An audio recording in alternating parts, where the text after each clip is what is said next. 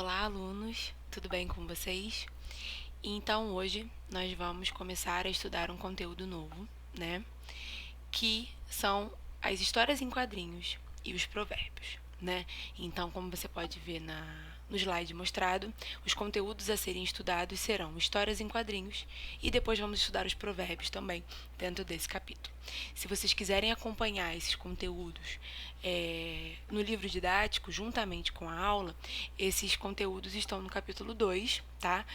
Nas páginas 28 a 53. Então, se vocês quiserem fazer o acompanhamento do conteúdo pela aula e pelo livro, vai enriquecer bastante o estudo de vocês. Então, vamos dar prosseguimento. Então, nós temos aqui os HQs, que são as narrativas em quadrinhos, né? Vocês devem lembrar que nós estávamos... o último conteúdo que nós estudamos foram as tirinhas. Então, muitas características que nós vimos nas tirinhas estarão aqui também nos HQs dessas narrativas em quadrinhos. Tudo bem? Então, vamos dar prosseguimento. As histórias em quadrinhos. História em quadrinhos, ou HQ, é o nome dado à arte de narrar histórias por meio de desenhos e textos dispostos em sequência, normalmente na horizontal. Essas histórias possuem os fundamentos básicos das narrativas: enredo, personagens, tempo, lugar e desfecho. No geral, apresentam linguagem verbal e não verbal. Então, vocês podem lembrar, principalmente quando a gente fala de linguagem verbal e não verbal, que nós falamos muito sobre isso em sala de aula, né? Que é uma coisa que está presente também nas tirinhas. Esse amparo tanto do visual, da imagem, né, quanto do texto. Então, a gente vai ter diversos quadrinhos que vão ter apenas o visual, né, que seria a linguagem não verbal. Vários quadrinhos vão ter só o textual, que seria a linguagem verbal. Porém, em sua grande maioria, a gente trabalha com o amparo dos dois, né? Então, a gente trabalha com a construção do sentido total dentro dos dois, dentro da presença tanto da verbal quanto da não verbal, que seria a linguagem mista, né? Os artistas utilizam diversos recursos gráficos nesse gênero textual com o intuito de trazer o leitor para dentro da história contada.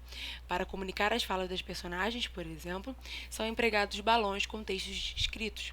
O formato desses balões também transmite intenções distintas. Então, como vocês devem lembrar, a gente também falou de diversos tipos de balões, né? Eu entreguei um material para vocês que tem lá embaixo, ao final do material, um quadro com vários tipos de balões, né? Balão de pensamento, balão de fala e vários outros. A gente também falou muito das metáforas visuais presentes nos quadrinhos, né? Então, quando um personagem se machuca, aquelas estrelinhas, né? Quando um personagem está com raiva, todos aqueles símbolos. Então, a gente trabalhou também com a questão da metáfora visual, que vai estar aqui também presente nas histórias em quadrinhos. Então, vamos começar a ver exemplos.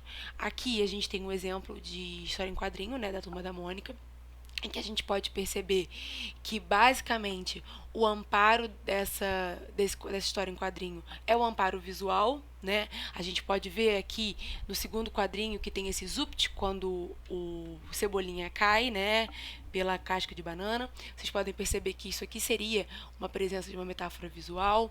A gente tem essa onomatopeia aqui já no terceiro quadrinho, né? A gente tem aqui também outras metáforas visuais que seriam aqui embaixo, já no quadrinho em que aparece ele todo machucado, né, pelo pensamento dos amigos, as estrelinhas. Aqui ele com raiva, que são esses tracinhos. Então, vocês podem reparar que todo esse quadrinho, né, tirando a parte aqui em que aparece remorso, que seria o pensamento dos amigos, né, ao fazerem essa brincadeira com ele, o amparo desse quadrinho é todo no amparo do visual e a presença de muitas metáforas visuais, tá? Então, vamos seguir para o outro. Então, aqui no outro a gente tem um do Charlie Brown, né, em que o Charlie Brown tá soltando pipa. Então ele solta a pipa e a pipa enrola no Snoopy, né, que já você consegue ver aqui no quadrinho, e aí enrola no Snoopy, enrola no Charlie Brown, vai enrolar no Beethoven, então ele sai enrolando. Então, de modo geral, em todos os quadrinhos aqui, a gente tem a presença do visual, né, o não verbal aqui, que está trazendo pra gente significado.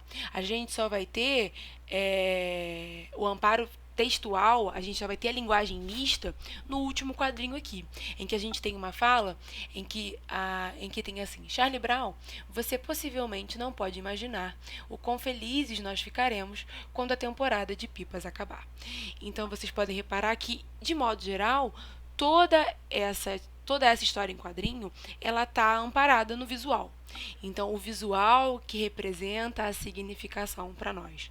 Só no último quadrinho que você vai ter esse amparo dos dois para a totalidade do sentido, tá? Então agora, né, vamos começar a estudar outro conteúdo que está presente nesse capítulo, que são os provérbios, né?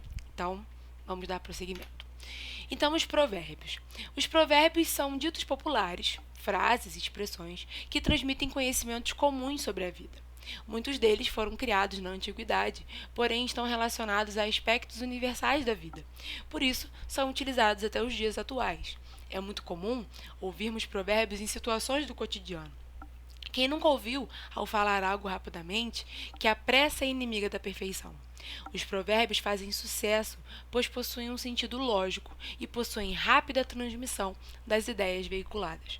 A maioria é de criação anônima. O provérbio é fácil de decorar e transmitir em função do seu formato simples, curto e direto.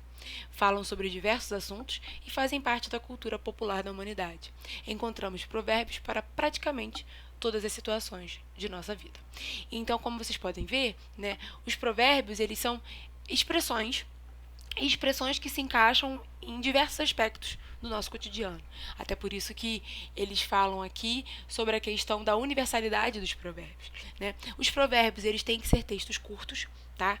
Porque eles têm que ter essa rápida apropriação, então você tem que ter essa transmissão muito rápida, né? Então, por exemplo, aqui do lado a gente tem um exemplo de provérbio que é: não adianta chorar pelo leite derramado, né? Que seria: não adianta você chorar pelo que aconteceu, não adianta você se arrepender pelo que aconteceu, porque já aconteceu, né? Então vamos ver outros exemplos aqui, que a gente tem: filho de peixe, peixinho é, né? Nós temos também há males que vem para o bem. E nós temos amigos, negócios à parte. Claro, nós temos diversos outros. Seria muito interessante, para enriquecer o seu estudo também, você perguntar na sua casa, você pesquisar sobre outros provérbios que fazem parte do nosso cotidiano, né? Então, para você poder perceber o como que isso está muito presente na nossa vida, o como que a gente usa essas construções rápidas, curtas e universais em diversos momentos, em diversas situações, para diversas características da nossa vida. Então, seria interessante você fazer essa pesquisa para poder enriquecer mais ainda, né, o seu estudo. No livro há a presença de outros também, tá? Mas fica aí a dica para você poder aprofundar mais os seus estudos acerca dos provérbios. Tudo bem? Então, agora é hora de pegar o seu caderno, porque a gente vai começar a fixar os conteúdos estudados. Então, os conteúdos que serão mostrados aqui no estudo dirigido. Então, a gente vai fazer um estudo dirigido de fixação dos conteúdos, tá? Então, eu fiz uma divisão aqui. As primeiras perguntas são sobre os quadrinhos e as perguntas depois são sobre os provérbios. Então, sobre os quadrinhos. Questão 1.